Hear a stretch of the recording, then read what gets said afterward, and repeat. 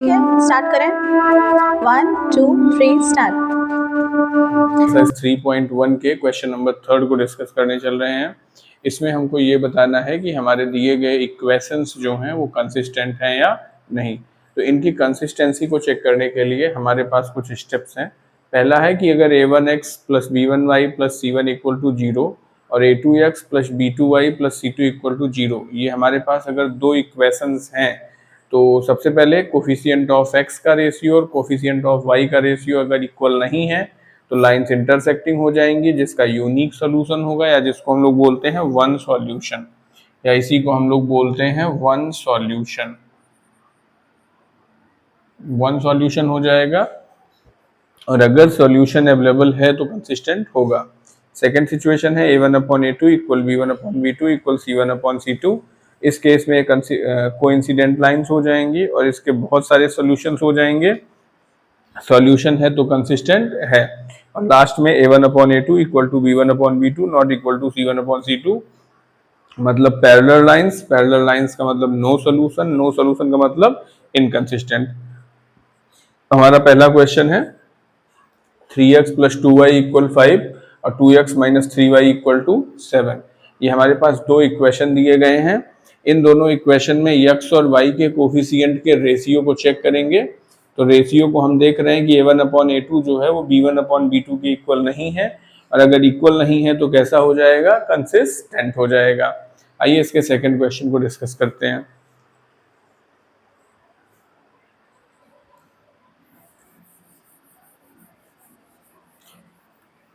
Question को note करना है आपको, लेकिन मुझे लगता है कि अगर आप नोट करने से ज़्यादा बेटर है अगर आप क्वेश्चन को समझ पाते हैं, क्योंकि वीडियो तो आपके प्लेलिस्ट में पड़ा ही रहेगा। अगर आप क्वेश्चन को समझ पाते हैं, समझने के बाद उसको फिर से लगाने की कोशिश करते हैं तो आपके ज़्यादा बेटर तरीके से समझ में आएगा।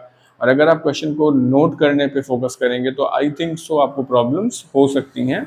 तो वीडियो को देखिए, क्वेश्चन को समझिए, खुद से सॉल्व करिए। अगर नहीं समझ में आ रहा है तो वापस से वीडियो को देखिए, जिससे आपके जो डाउट्स हो जाएं वो क्लियर हो जाएं। जितने भी डाउट्स हों वो सारे के सारे क्लियर हो जाएं। आइए क्वेश्चन नंबर 3 के पार्ट सेकंड को डिस्कस करते हैं। पार्ट 2 में क्वेश्चन है हमारा 2x माइनस 3y इक्वल 8।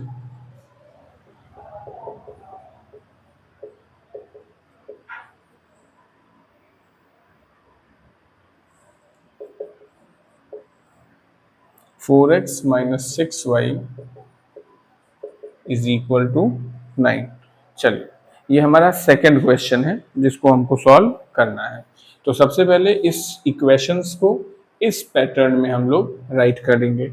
तो हमारा इक्वेशन कुछ ऐसा बनेगा 2x minus 3y minus 8 equal to 0 और 4x minus 6y minus 9 equal to 0। Comparing them,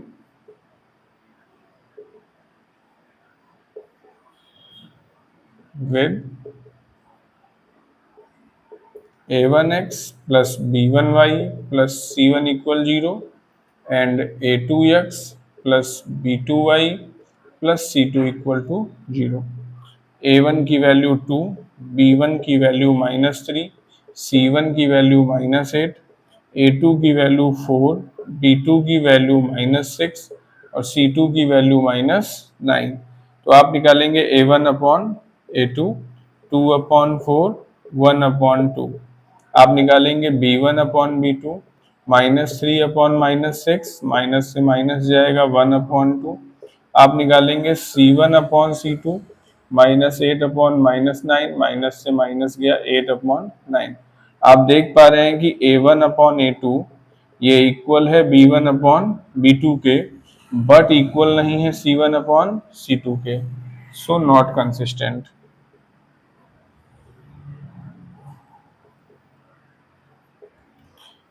एक बार फिर से देख लेते हैं क्वेश्चन को। आपका क्वेश्चन है 2x minus 3y equal 8, 4x minus 6y equal to 9। सबसे पहले इक्वल के इधर 0 को शिफ्ट करने के लिए हम इसको इस पैटर्न में राइट करेंगे। तो 2x minus 3y equal 2x minus 3y minus 8 equal 0, 4x minus 6y minus 9 equal to 0। हम इनको कंपेयर करेंगे a1x plus b1y plus c1 equal 0 और a2x plus b2y plus c2 equal to 0। हमको a1 मिल गया 2, b1 मिल गया -3, c1 मिल गया -8, a2 मिल गया 4, b2 मिल गया -6, c2 मिल गया -9। अब हम x के कोफिशिएंट का रेशियो, y के कोफिशिएंट का रेशियो और कांस्टेंट टर्म का रेशियो निकालेंगे।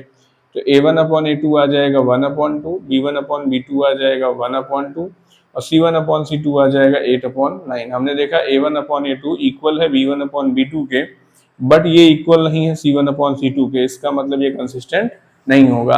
अगर ये लाइन कंसिस्टेंट नहीं है, इसका मतलब इन लाइन का कोई भी सोल्यूशन पॉसिबल नहीं है। मतलब ऐसा कोई पॉइंट नहीं है जो दोनों लाइन पर एक साथ एग्जिस्ट करे। इस केस में ये जो इक्वेशन हो, ये जो इक्वेशन ऑफ लाइन्स है, ये पैरेलल लाइन को रिप्रेजेंट करते हैं। आइए इसके नेक्स्ट पार्ट को डिस्कस करते हैं।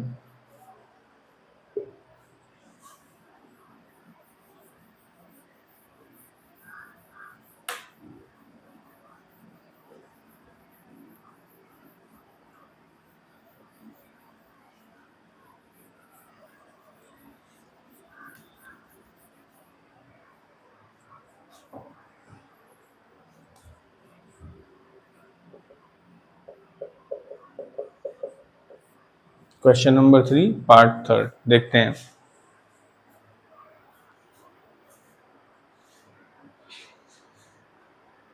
पार्ट 3 हमारा 3/2x plus 5/3y equal 7, 9x minus 10y is equal to 14।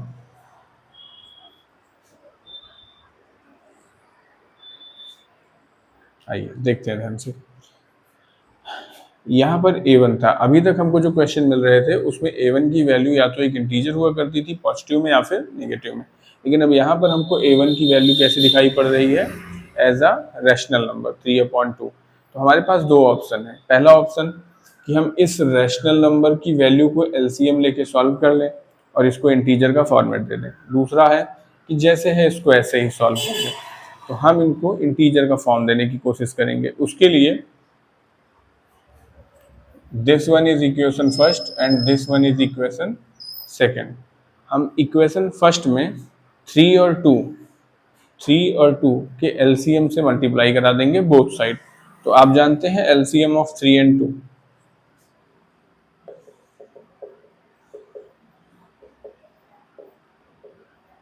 Is equal to 6। तो multiply by 6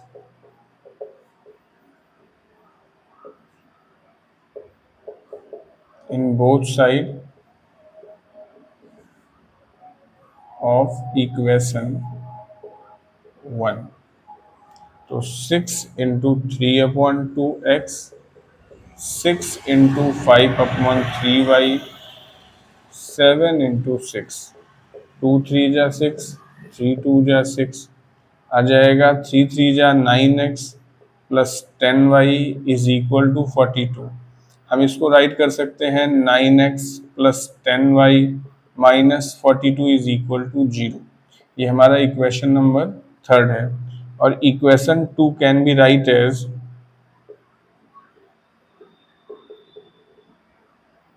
9x minus 10y minus 14 is equal to 0।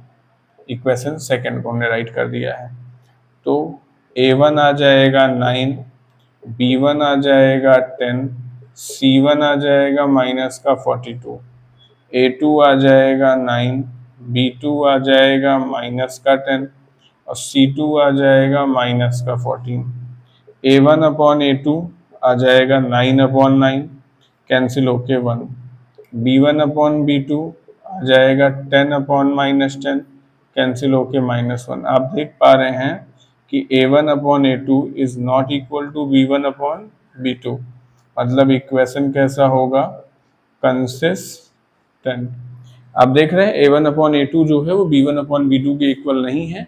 अगर a1 upon a2 b1 upon b2 के equal नहीं है, इसका मतलब लाइंस इंटरसेक्टिंग होंगी, जिसका सिर्फ एक सोल्यूशन होगा या यूनिक सोल्यूशन होगा। इस केस में इसको हम बोलेंगे कंसिस्टेंट। कंसिस्टेंट का मतलब ही है कि जो जिनका सोल्यूशन पॉसिबल हो। अब वो एक सोल्यूशन है या infinite, that does not matter, बस उनका सोल्यूशन पॉसिबल होना चाहिए। क्वेश्चन नंबर थर्ड का पार्ट थर्ड ये दिखा रहा है कि ये लाइंस कैसी हैं, इंटरसेक्टिंग लाइंस हैं। तो इंटरसेक्टिंग लाइंस में कंसिस्टेंसी दिखाई पड़ेगी। नेक्स्ट क्वेश्चन इसका है, आइए इसके नेक्स्ट पार्ट को डिस्कस करते हैं। अगर आप क्वेश्चन को नोट करना चाहते हैं तो आप वीडियो को पॉज कर सकते हैं और क्वेश्चन को नोट डाउन कर सकते हैं। अगर कोई प्रॉब्लम हो रही है तो आप वीडियो को री प्ले करके दोबारा से देख सकते हैं और अपने डाउट्स को आप कमेंट सेक्शन में जाकर पूछ सकते हैं। आपको कमेंट सेक्शन में मेरा नंबर भी मिल जाएगा, जहां से आप डायरेक्टली अपने क्वेश्चंस, अपने क्वेरीज मुझसे डिस्कस कर सकते हैं। आइए next question, next part solve करते हैं। अच्छा, आप लोग सोच रहे होंगे कि मेरे हाथ में फ़ोन क्या कर रहा है, क्या मैं फ़ोन से देख के पढ़ा रहा हूँ या सॉल्यूशन मेरे पास है। तो मैं आपको दिखा दूं कि इसमें सॉल्यूशन नहीं है, इसमें न्यूमेरिकल्स दिए गए हैं, क्योंकि मुझे भी नहीं पता है नेक्स्ट क्वेश्चन कौन सा है। तो यहाँ से बस मैं उन क्वेश्चंस को उठाता हूँ जो मुझे सॉल्व कराने रहते हैं। जैसे अब क्वेश्चन नंबर थर्ड का पार्ट फोर्थ देखेंगे। अब क्वेश्चन तो सारे रटे नहीं हुए हैं, तो क्वेश्चन को नोट करने के लिए मुझे फोन का यूज करना पड़ रहा है। और जैसे ही क्वेश्चन नोट कर देता हूँ तो फिर मैं इसको सॉल्व खुद से करता हूँ, अपनी लैंग्वेज में करता हूँ। जैसे पार्ट 4 देखिए, 5x minus 3y equal 11,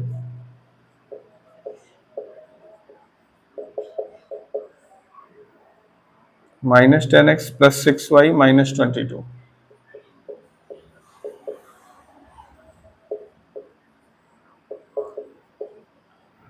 question number third part 4, ये आपका क्वेश्चन है 5x माइनस 3y इक्वल 11 और minus 10x plus 6y equal minus 22।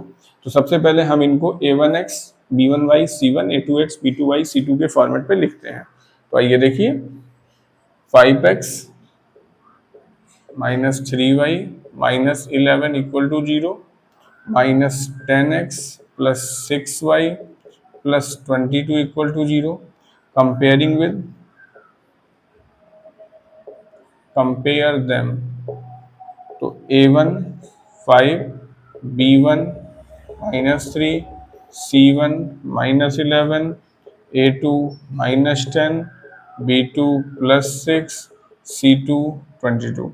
अब हम रेशियो निकालेंगे, a1 अपॉन a2 आ जाएगा 5 अपॉन माइनस 10 या 1 अपॉन 2 माइनस का, b1 अपॉन b2 निकालेंगे माइनस 3 अपॉन 6 या माइनस का 1 अपॉन 2, c1 अपॉन c2 निकालेंगे माइनस का 11 अपॉन 22 या माइनस का 1 अपॉन 2। हम देख पा रहे हैं कि a1 अपॉन a2 इक्वल है b1 अपॉन b2 के, इक्वल है c1 अपॉन c2 के। इसका मतलब इक्वेशन हमारा कंसिस्टेंट है। और अगर पूछें आपसे इसके कितने सॉल्यूशन पॉसिबल हैं, तो ये रेशियो हमको बता रहा है कि जो लाइंस हैं वो कैसी हैं, कोइंसिडेंट हैं। इसका मतलब इसके इनफाइनाइट मेनी सॉल्यूशन पॉसिबल हैं। एक बार फिर से क्वेश्चन को समझ लेते हैं। क्वेश्चन कह रहा है कि 5x minus 3y equal to 11, minus 10x plus 6y equal to minus का 22। इन दोनों इक्वेशन को सबसे पहले हम a1x plus b1y plus c1, a2x plus b2y plus c2 equal to 0 के फॉर्मेट पे सेट करते हैं। यहाँ से मुझे a1 की वैल्यू 5, b1 की वैल्यू माइनस 3 और c1 की वैल्यू माइनस 11 मिल गई, a2 की वैल्यू माइनस 10, b2 की वैल्यू प्लस 6, c2 की वैल्यू प्लस 22 मिल गई। हमने इनके रेशियोज को कंपेयर करके देखा तो हमको सारी वैल्यू सेम माइनस 1/2 मिल गई। इसका मतलब इसके इनफाइनाइट मेनी सॉल्यूशंस होंगे। आइए क्वेश्चन नंबर थर्ड के लास्ट पार्ट को डिस्कस करते हैं, पार्ट नंबर 5।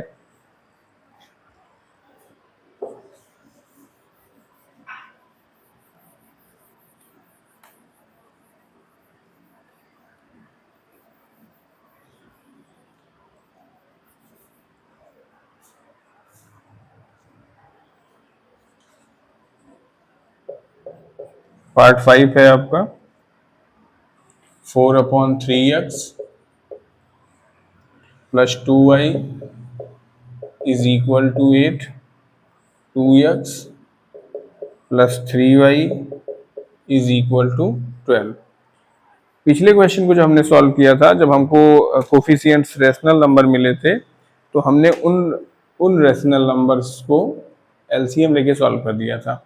लेकिन इस बार हम इसको एलसीएम लेकर सॉल्व नहीं, अच्छा करना चाहे तो कर सकते हैं, बट इस बार हम करेंगे नहीं। इस बार हम इसको नॉर्मल मेथड से जैसे लगाते हैं वैसे ही सॉल्व करेंगे।